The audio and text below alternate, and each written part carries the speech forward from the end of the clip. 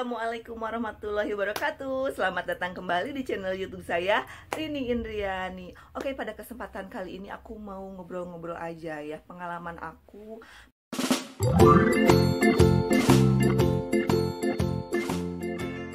Pengalaman aku selama menjadi siswa waktu SD, SMP, dan SMA. Oke, sebelum lanjut jangan lupa kalian yang baru mampir pencet dulu tombol subscribe dan komen di bawah apa pengalaman kalian saat jadi murid. Oke, kita mulai saja ceritanya ya. Jadi pas waktu aku kecil, aku pernah sempat minta sekolah sama ibu aku. Mama mau sekolah TK, tapi karena ibu aku seorang single parent ya, dan mungkin menurut dia tidak mampu untuk menyekolahkan aku sekolah TK. Katanya nanti aja kamu sekolahnya langsung SD. Tapi aku kan bener-bener pengen banget pas waktu itu teh, bener-bener pengen banget sekolah TK. Tapi mungkin aku belum beruntung, belum bisa pada saat itu, belum bisa sekolah TK. Oke, singkat cerita aku masuk SD ya. Pada waktu itu aku masuk SD waktu tahun 96-97 kalau nggak salah. Waktu itu aku usia hampir 7 tahun, jadi umur 6 tahun setengah. Ibu aku menyekolahkan aku pas waktu aku usia 6 tahun setengah. Dan saat itu aku seneng banget ya, karena excited. Jadi oh ternyata ini loh dunia sekolah. Aku begitu semangat ya, sampai aku dulu termotivasi gitu ya. Terus kalau ada PR langsung dikerjakan. Pokoknya aku waktu sekolah tuh semangat banget, saking dulu waktu kecil aku pengen banget sekolah TK. Jadi waktu itu aku benar-benar belajar sampai pas waktu kelas SD aku tuh ranking keempat. Nah, selang beberapa saat kemudian naik ke kelas 2 aku ranking 3. Nah, kemudian pas kelas 3 aku ranking kedua ya. Karena soalnya ranking 1 susah dikalahkan ya, karena emang teman aku itu yang cowok itu emang dia tuh pinter banget, sampai sulit banget untuk mengalahkan dia pada saat itu. Oke, singkat cerita aku tuh kan ibu aku tuh seorang single parent gitu ya, single mom. Dia itu membesarkan aku dari aku usia 9 bulan ya, karena pas waktu itu ayah aku ya pergi meninggalkan ibu aku. Nah,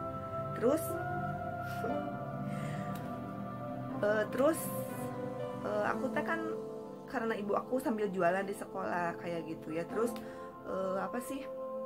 pada saat itu kan aku masuknya siswa berprestasi dan tidak mampu, dikategorikan sebagai siswa yang tidak mampu. Nah, aku kan sering banget tuh, karena aku tuh lihat ibu guru tuh lihat guru itu sebagai sosok yang benar-benar yang mulia, yang punya guru-guru aku tuh baik banget gitu kan, mengajari dengan sepenuh hati, ya intinya mengabdi gitu kan. Oke, singkat cerita aku kan sering dikategorikan sebagai siswa tidak mampu.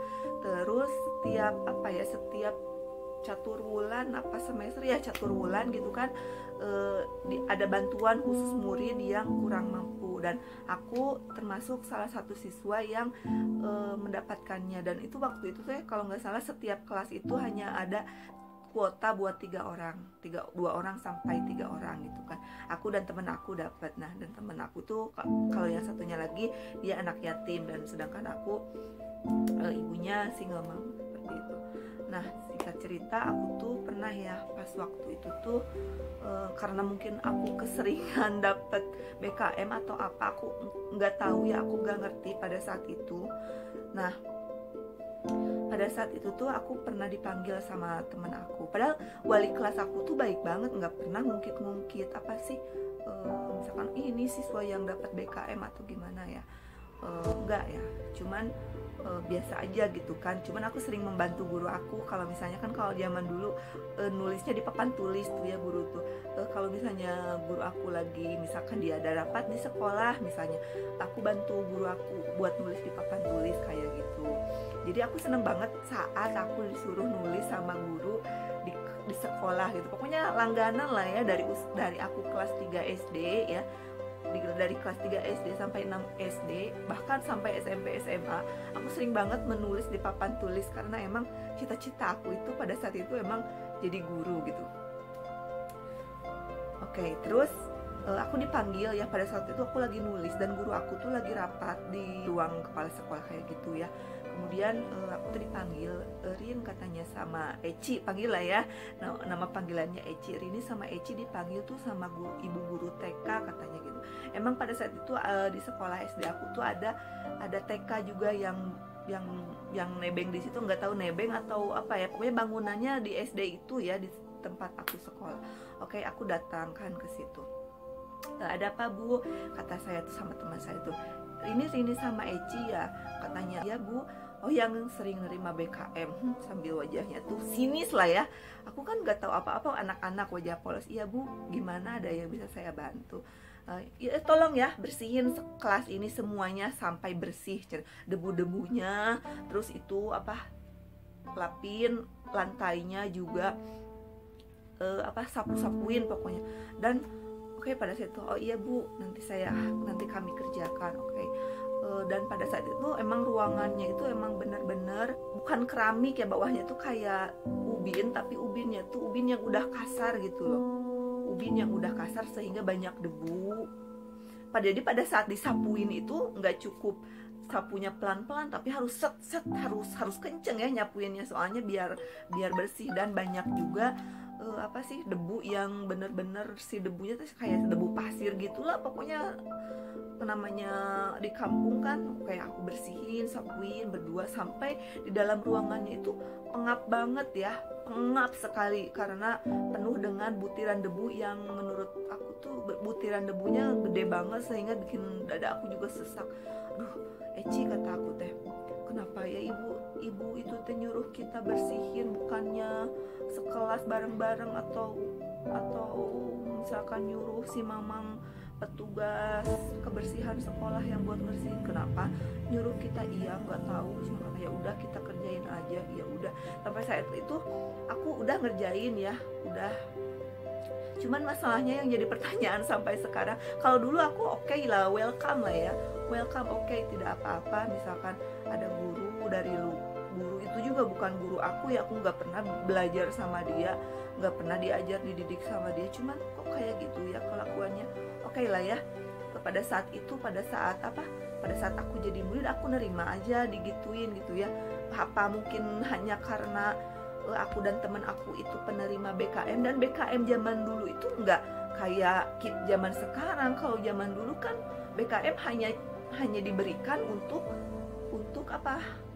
bayar SPP, tidak diberikan nih uangnya kepada orang tua atau kepada siswanya langsung, enggak, karena emang zaman dulu tuh sekolah tuh emang bayar dan hanya dibayarkan langsung ke gurunya untuk bayar SPP gitu kan. Jadi enggak diberikan kayak KIP sekarang kan, siswa selain dapat sekolah fasilitas gratis, SPP apa segala macam, tapi kan KIP dikasih langsung cair ke orang tuanya gitu kan. Kalau zaman dulu enggak. Jadi aku tuh, kenapa ya si ibu teh nyuruh kita yang buat bersihin? Apa karena kita siswa yang tidak mampu gitu ya? Apakah saya dan teman saya itu siswa yang tidak mampu sehingga guru bisa aja dengan mudah, bebas menyuruh kita untuk membersihkan kelas? Nah, sampai sekarang pertanyaan itu masih ada di pikiran saya gitu ya. Dan tapi hikmahnya gitu ya, yang bisa saya ambil sampai sekarang, saya tidak pernah memandang status siswa berdasarkan golongan ekonominya.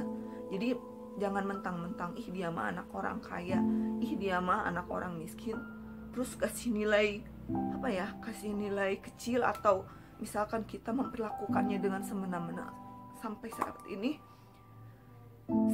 ini saya menjadi guru tidak pernah melakukan hal itu ya.